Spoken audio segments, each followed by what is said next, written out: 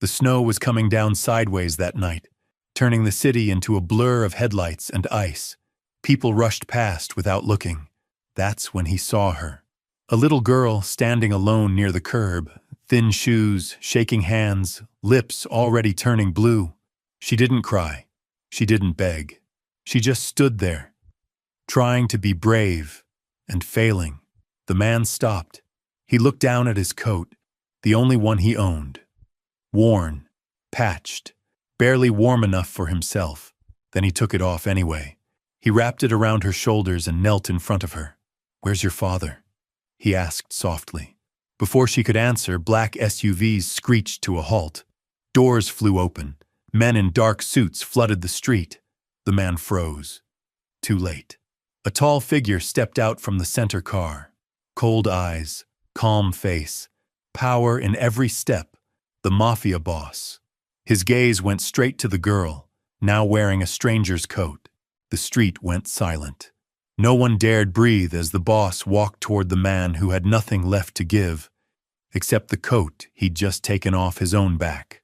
Stay with me until the end, because when the Mafia boss learns why this man gave up the only thing keeping him warm, his next decision will shock everyone watching.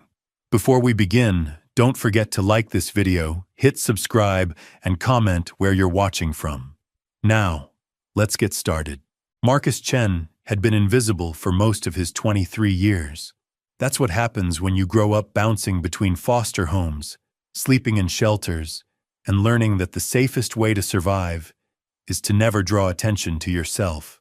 He'd perfected the art of blending into crowds, of making himself small, of existing in the spaces between other people's lives. Tonight was no different. He'd spent his last $8 on a cup of coffee at the diner where he washed dishes, trying to make it last as long as possible before heading back out into the storm. The manager had let him stay until closing time, but now the streets were calling again. Another night of searching for somewhere warm to sleep. Another night of choosing between staying awake and staying safe. The coat on his back wasn't much, but it was everything he had. His grandmother had given it to him before she died, back when he was 16 and still believed someone might come looking for him. The fabric was thin now, held together by patches and prayers, but it carried her smell, her memory, her last promise that someone in this world had loved him. Marcus pulled the collar tighter as the wind cut through the downtown streets. The city looked different in a blizzard, harsher, more honest. The wealthy neighborhoods with their heated driveways and warm yellow windows seemed like another planet entirely. Here, in the shadows between buildings, reality lived raw and unforgiving. That's when he saw her, a child, maybe 7 years old, standing beside a broken streetlight.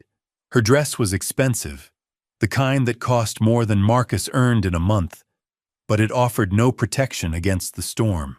Patent leather shoes that belonged in a ballroom, not on icy concrete.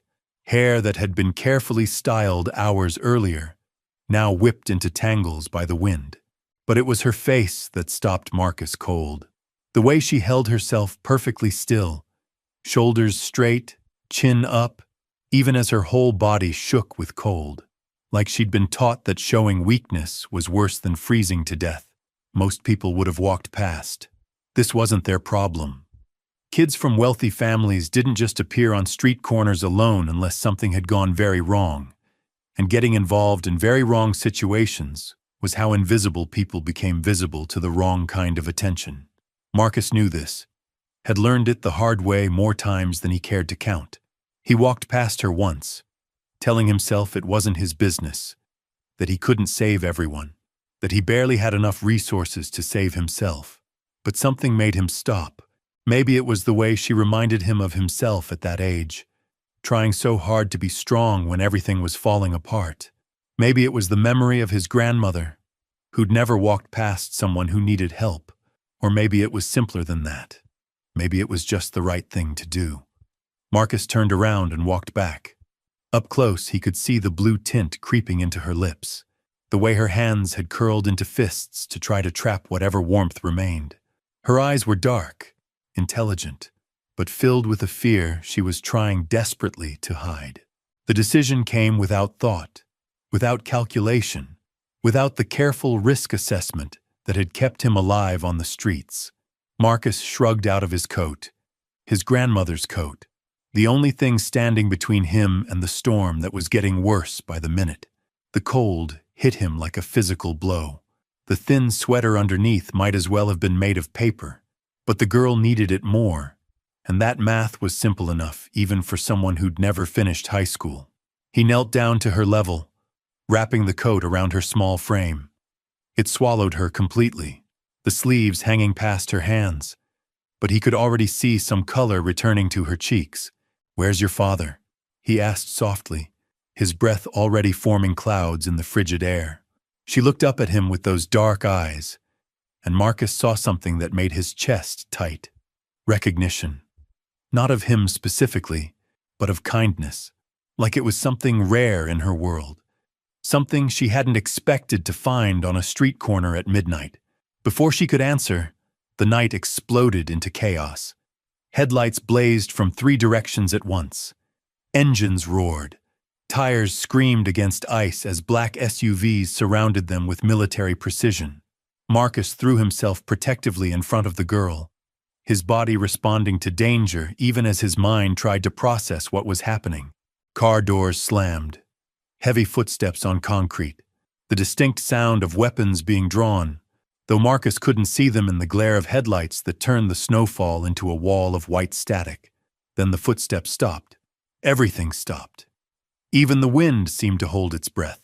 A single car door opened, different from the others. Quieter, more controlled. The footsteps that followed were measured, deliberate, not rushed like the others. These belonged to someone who didn't need to hurry because everyone else waited for him.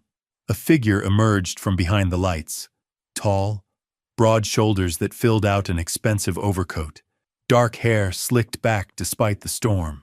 But it was his face that made Marcus understand exactly how much trouble he was in. This wasn't someone's father coming to collect a lost child. This was someone who made other people disappear. Someone whose name was whispered in the kind of places Marcus had learned to avoid. Someone who commanded respect through fear and maintained power through violence. The man's eyes swept the scene once, taking in everything. The girl wrapped in a stranger's coat. The stranger himself, now shivering in nothing but a sweater. The protective way Marcus had positioned himself between his men and the child. Those eyes settled on Marcus, and he felt something he'd never experienced before. Not fear, exactly. Fear was being chased by security guards or cornered by bigger kids in the shelter. This was different. This was the sudden understanding that his life could end right here, right now, based on whatever conclusion this man reached in the next few seconds. The boss took a step forward, then another. His men remained perfectly still, hands inside their coats, waiting for orders that might never come. The only sound was the crunch of his Italian leather shoes on fresh snow and Marcus's increasingly rapid breathing. When he reached them, the man stopped, looked down at the girl, who seemed suddenly smaller despite the oversized coat protecting her. Then his gaze shifted back to Marcus, studying him with an intensity that felt like being dissected, ected. The silence stretched between them like a loaded gun. Marcus could feel his heart hammering against his ribs, could taste metal in his mouth. Every instinct screamed at him to run, but his legs wouldn't move. The girl pressed closer to his side, her small hand finding his arm through the coat sleeves. The boss spoke. His voice was quiet, almost gentle, but it carried the weight of absolute authority. "What's your name?" Marcus's throat felt like sandpaper. "Marcus. Marcus Chen. Marcus Chen." The boss repeated it slowly, like he was memorizing it. "Do you know who I am?" Marcus nodded. Everyone in this city knew Vincent Torino by reputation, even if they'd never seen his face. Construction contracts that never went to bid. Businesses that paid protection money, disguised as consulting fees. Politicians who suddenly changed their votes after private meetings. But standing here now, looking at this man whose daughter was wrapped in his only coat, Marcus realized the stories had gotten one thing wrong. They'd made him sound like a monster. What Marcus saw instead was something far more dangerous. A father whose world had just shifted on its axis. "My daughter," Torino said, his eyes never leaving Marcus's face. "How long has she been out here?" I don't know. I just found her maybe 5 minutes ago." 5 minutes. Torino's jaw tightened almost imperceptibly. "And in those 5 minutes, you decided to give her your coat." It wasn't a question. Marcus didn't know how to respond to a statement that sounded like an accusation. "She was cold," he said simply. Something flickered in Torino's eyes. Surprise, maybe, or confusion. Like he'd expected a different answer. "You don't know me. You don't know her, but you gave a stranger the only warm thing you own." Torino took another step closer. "Why?" Marcus felt sweat beading on his forehead despite the freezing air. This felt like a test, but he didn't know what the right answer was supposed to be. In his experience, there rarely was a right answer when powerful people asked questions. "Because she needed it more than I did." "Did she?" Torino's voice dropped even lower. "You're shivering. Your lips are turning blue. In 10 minutes, you'll have hypothermia. In 30, you could be dead. But she needed it more?" Marcus looked down at the girl. She'd stopped shaking. Her color was better. The coat that had been everything to him was saving her life. "Yeah," he said. "She did." For a long moment, no one moved. The snow continued falling, coating everything in white silence. Marcus could hear his own breathing, ragged and visible in the cold air, could feel the girl's weight against his side as she leaned into him for warmth that he no longer had to give. Then Torino did something unexpected. He laughed. It wasn't a cruel laugh or a mocking one. It was the sound of a man who just heard something that genuinely surprised him. He shook his head slightly, like he couldn't quite believe what he was seeing. 20 years, he said, more to himself than to Marcus. 20 years I've been looking for someone like you." Marcus didn't understand what that meant. Didn't understand why the men in suits had relaxed slightly, their hands moving away from whatever weapons they'd been reaching for.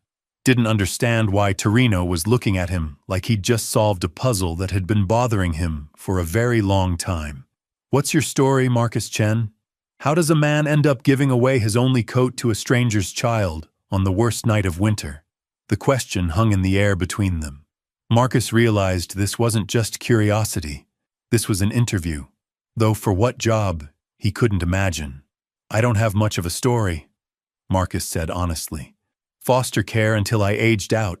Been on my own since then. Work when I can find it. Try to stay warm. Try to stay fed. Try to stay out of trouble. Try to stay invisible," Torino added. And Marcus started. That was exactly right, but he'd never said it out loud. "Yeah, try to stay invisible. But you didn't stay invisible tonight. Tonight you made yourself the most visible person on this street." Torino gestured to the scene around them. "My men, my cars, my attention. All because you couldn't walk past a cold child." Marcus felt heat rising in his chest despite the freezing air. "Are you saying I shouldn't have helped her?" "Oh, I'm saying most people would have kept walking. Would have told themselves it wasn't their problem. Would have calculated the risk versus reward and decided to preserve their own safety." Torino's eyes were intent now, studying Marcus like he was a specimen under a microscope. "But you didn't calculate anything, did you? You just saw someone who needed help and helped them. That's what people should do." "Should, yes. Do." Torino shook his head. "Very rarely. Especially not when they have nothing to spare." The girl shifted against Marcus's side, and he looked down to see her watching the conversation with those intelligent, dark eyes. She hadn't said a word since her father arrived, but Marcus could tell she was listening to every syllable, processing it all with an adult understanding that seemed wrong in someone so young. "What's your name?" Marcus asked her softly. Before she could answer, Torino spoke. "Isabella, and she's not supposed to be out here at all." There was something in his tone that suggested this was a much bigger problem than a child wandering off. Marcus caught the edge of anger beneath the careful control. the suggestion that someone was going to pay dearly for this mistake. "Daddy," Isabella spoke for the first time, her voice small but clear. "He gave me his coat. The nice man gave me his coat when I was scared." Torino's expression softened when he looked at his daughter, and Marcus saw something he hadn't expected: vulnerability. Love so fierce it was almost painful to witness. This wasn't just a crime boss whose daughter had wandered off. This was a father whose world had nearly collapsed. "I know, Principessa. I know he did." Marcus felt something shift in the air around them. The tension wasn't gone, but it had changed quality. Less dangerous, more uncertain. Like Torino was trying to figure out what to do with a situation he'd never encountered before. "You work?" Torino asked suddenly. "When I can find it. Dishwasher at Romano's on 5th Street. But they cut my hours last week." "Skills?" Marcus almost laughed at the absurdity of the question. "Nothing special. I can wash dishes, clean things. I'm good with my hands, I guess. Used to help fix things at the shelter." "Education?" "High school dropout. Had to work." Torino nodded like he was filing away every piece of information, like he was building a profile, though Marcus couldn't imagine what for. "Family?" "No one." The words came out harder than Marcus intended. "Haven't had anyone in a long time. No one to miss you if something happened?" Marcus felt ice in his veins that had nothing to do with the weather. "Is something going to happen to me?" Torino studied him for another long moment. Then he pulled out his phone and made a call. "Tony, bring the car around. And get Dr. Reeves on the line. Tell him he's making a house call tonight." Marcus didn't understand what was happening, but he knew his life was about to change in ways he couldn't predict or control. Isabella was still pressed against his side, still wrapped in his grandmother's coat, and somehow that felt like the only real thing in a situation that had spiraled completely beyond his comprehension. The boss ended his call and looked back at Marcus with those calculating eyes. "You have a choice to make, Marcus Chen. But first, you're going to get in my car and get warm before you freeze to death in front of my daughter. Then we're going to have a conversation about your future." Future. Marcus had never been inside a car this expensive.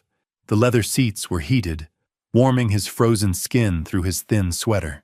The interior smelled like money and power, all polished wood and gleaming chrome.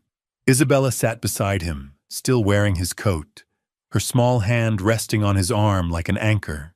Torino sat across from them, speaking quietly into his phone in what Marcus assumed was Italian. His tone was sharp, commanding. Someone was getting instructions that probably weren't suggestions. Marcus caught fragments, names he didn't recognize, locations that meant nothing to him. But the anger beneath the controlled voice was unmistakable. When Torino ended the call, the silence in the car felt heavy. The driver navigated through streets that Marcus barely recognized, heading toward a part of the city where the houses had gates and the driveways could fit 6 cars. "My daughter disappeared from her bedroom tonight," Torino said finally. "3rd floor. Window locked from the inside. 2 guards posted in the hallway. Security cameras on every entrance." Marcus felt his stomach drop. "How is that possible?" "That's what I'm going to find out." Torino's voice carried the promise of violence. "But Isabella is smart. Too smart for her own good sometimes. She finds ways to do things that should be impossible." Isabella looked up at her father with those dark eyes. "I heard them talking about the new shipment, about how it was going to change everything. I wanted to see what was so important." "So you climbed down 3 stories of ivy in a snowstorm to spy on my business meeting." She nodded without shame or apology. Marcus had to admire that kind of courage, even if it was reckless beyond belief. "And then you got lost," Torino continued. "The meeting moved. I followed the cars, but they went too fast. Then I couldn't find my way back, and my phone died." Isabella's voice got smaller. "I was scared, but I didn't want to cry, because you always say Torinos don't cry in public." Something passed across Vincent Torino's face. Pain, maybe. Or regret. "You're 7 years old, Principessa. You're allowed to cry when you're scared." The car pulled through iron gates that opened without anyone pressing a button. The house beyond was massive, all stone and tall windows, The kind of place that appeared in magazines about how the wealthy lived. Warm light spilled from every window, and Marcus could see figures moving inside. People waiting, worrying. "When was the last time you ate?" Torino asked Marcus as they pulled up to the front door. Marcus had to think about it. Time became fluid when you were hungry. "Yesterday, I think. Had some crackers from the break room at work." Torino's jaw tightened. "Yesterday. It's not that bad. I'm used to it." "You're used to starving." Marcus didn't know how to respond to that. It wasn't something he thought about anymore. Hunger was just another condition of existence, like cold or tiredness or the constant calculation of where he could safely sleep. The car stopped. Immediately, men in suits appeared to open doors, to scan the area, to form a protective barrier between the car and the house. Marcus had never seen security like this outside of movies. These weren't just bodyguards. They were a private army. Isabella slipped out first, still wrapped in Marcus's coat. Torino followed, then gestured for Marcus to come. The moment he stepped onto the driveway, Marcus felt completely out of place. His worn sneakers on pristine stone, his threadbare sweater against the backdrop of wealth that was so complete, it felt like a different world entirely. A woman appeared in the doorway, beautiful, elegant, wearing what Marcus assumed was a nightgown that cost more than he'd ever owned at one time. Her face was tight with worry until she saw Isabella, then it crumpled with relief. "Mia bambina," she breathed, rushing forward to sweep Isabella into her arms. "We looked everywhere. I thought—" She stopped, noticing Marcus for the first time, noticing that her daughter was wearing a stranger's coat. "This is Marcus," Torino said simply. He found Isabella, gave her his coat. The woman's eyes widened as she processed what that meant. Looking at Marcus's thin sweater, his obvious cold, the way he stood apart from their world. She said something rapid in Italian to her husband, her voice rising with emotion. Torino responded in the same language, his tone firm but gentle. Marcus caught what sounded like reassurances, explanations. The woman's expression shifted from suspicion to something else, gratitude maybe, or disbelief. "Maria, this is Marcus Chen," Torino said in English. "Marcus, my wife Maria." She studied Marcus with intelligent eyes that reminded him of Isabella's. Then she stepped forward and did something completely unexpected. She hugged him. It was brief but warm, and Marcus realized it had been years since anyone had hugged him. The gesture was so sudden, so genuine, that he felt his throat close up. "Thank you," she whispered. "Thank you for bringing her home safe." Before Marcus could respond, she was ushering them all inside, speaking rapidly to household staff who appeared from nowhere. Instructions in Italian and English. Food to be prepared, rooms to be readied, a doctor to be summoned. The interior of the house was even more overwhelming than the car. Marble floors, crystal chandeliers, art that Marcus suspected was worth more than most people made in a lifetime. But it didn't feel cold or sterile. There were family photos everywhere. Children's drawings hung beside expensive paintings. Toys scattered in corners. It was a home, not just a showcase. A home with enough money to solve problems that Marcus had never imagined were solvable. Isabella finally shrugged out of his coat, handing it back to him with careful ceremony. "Thank you for letting me borrow it," she said formally, like she'd been taught proper manners even in extraordinary circumstances. Marcus took the coat, still warm from her body heat, and put it back on. The familiar weight felt like coming home to himself. "Dr. Reeves is here," someone announced from the doorway. An older man entered carrying a black medical bag.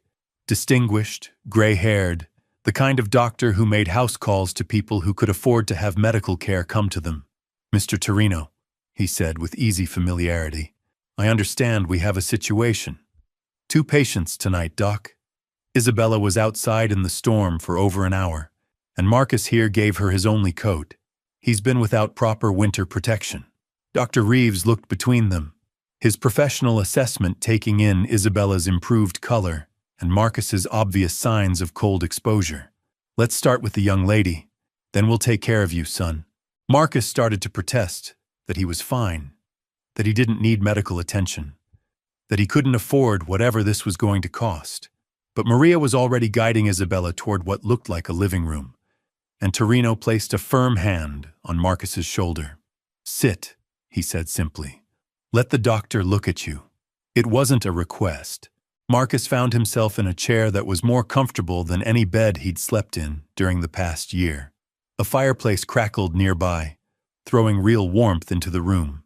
Staff moved quietly in the background, bringing hot drinks, adjusting lights, creating an atmosphere of care and attention that felt surreal.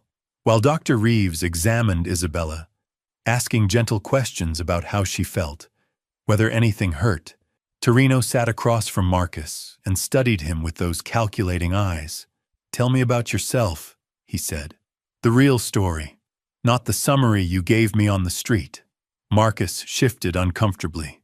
"There's not much to tell. Everyone has a story. What's yours?" The warmth of the room was making Marcus drowsy, or maybe it was the relief of not having to worry about where he'd sleep tonight, whether he'd be safe, whether tomorrow would bring enough work to buy food. For the first time in months, he felt his guard dropping. "Parents died when I was 5. Car accident. No relatives who wanted a kid. Foster care until I was 18. Then I aged out." Marcus stared into the fire. "Tried to make it work. Had a job at a warehouse for a while. Shared an apartment with 2 other guys. What happened? One of my roommates got arrested for dealing. Landlord evicted everyone.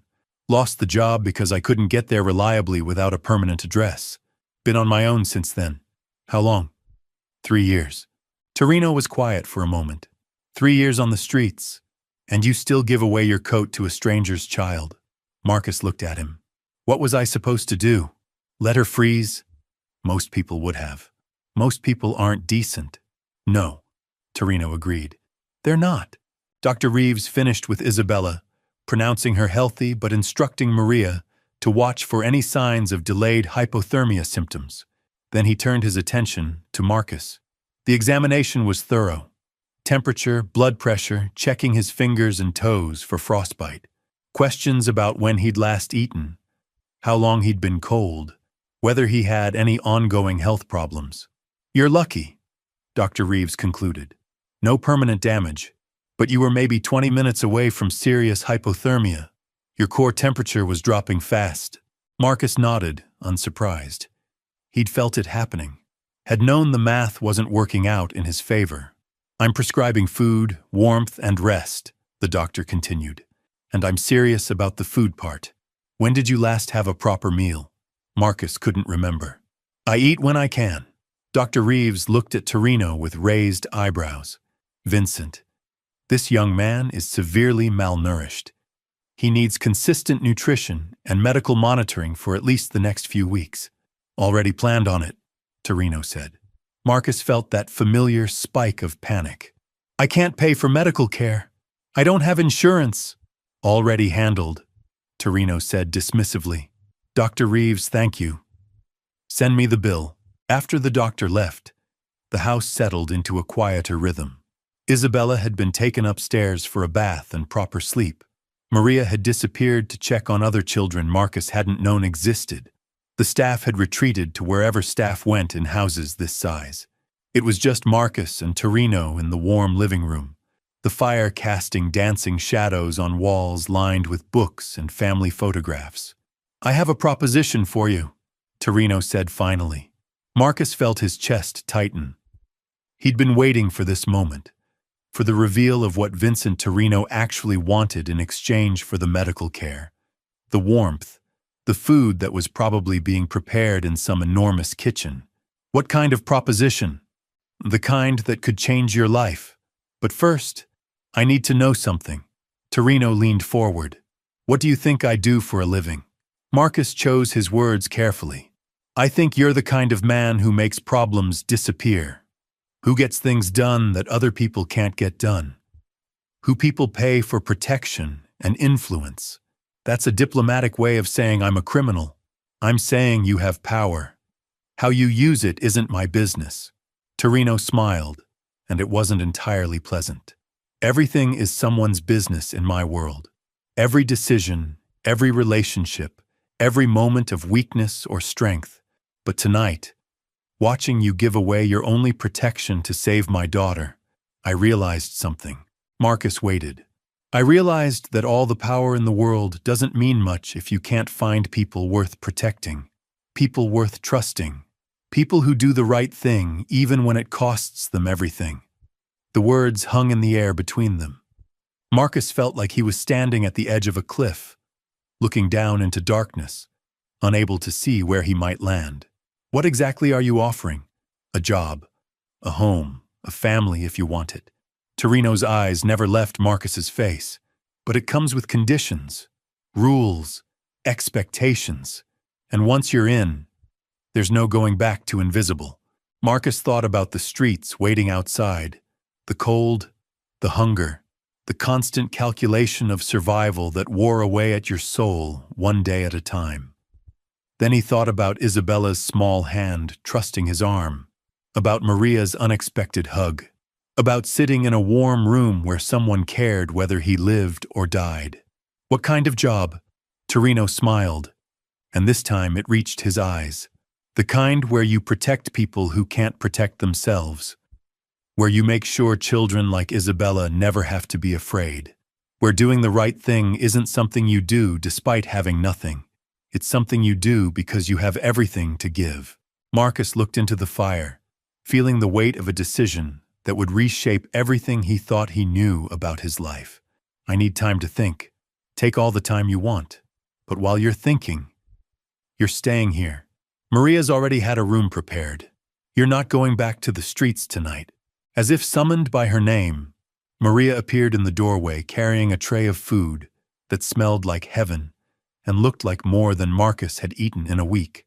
You must be starving, she said simply, setting the tray on a table beside his chair.